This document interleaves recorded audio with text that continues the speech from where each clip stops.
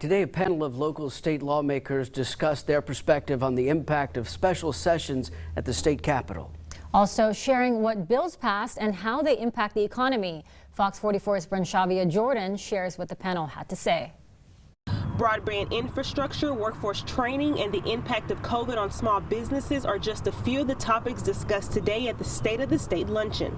State Senator Brian Birdwell, State Representative Charles Doc Anderson, and State Representative Kyle Casal shared their views on a variety of topics and changes that were made.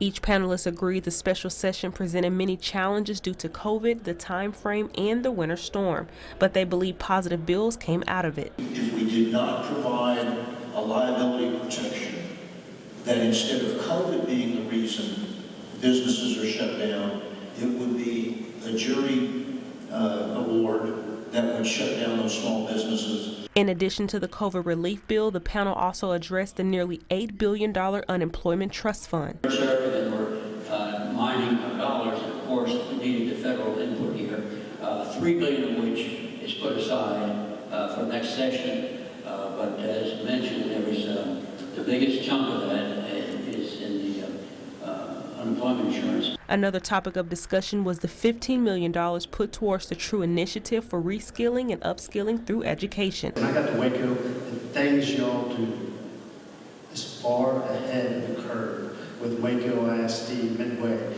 your school, your chamber, how everybody's involved, education, workforce training. You are what we need to be watching, and I'm glad we got that funded. But it's with your example that pushes the state to do what's right. They ended the panel discussing economic and broadband development as time progresses. In Waco, Branshavia Jordan, Fox 44 News.